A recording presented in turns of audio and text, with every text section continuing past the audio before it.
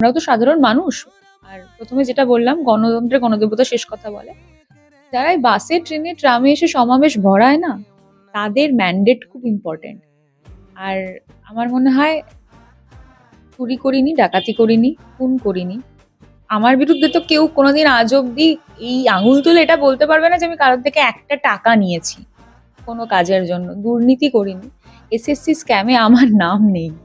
SSC পরীক্ষা আমি নিজে দিতে গেছিলাম, এবং দিতে গিয়ে আমি যে অসহায়তা উপলব্ধি করেছি, অনুভব করেছি, সেই অসহায়তা আমি আশা রাখছি আপনারাও যদি লাইনে দাঁড়াতেন আপনারাও উপলব্ধি করতেন।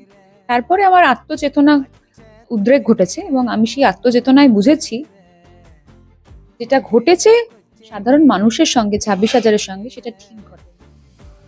তাই এই সিদ্ধান্ত। সব ঠিক আছে দিদি, কিন্তু আমার জাস্ট একটা প্রশ্ন ছিল, জাস্ট একটা। এই যে আপনার এই যে আত্মচেতনার যে উৎপীড়নটা হলো, এটা হঠাৎ করে ভোটের আগেই কেন?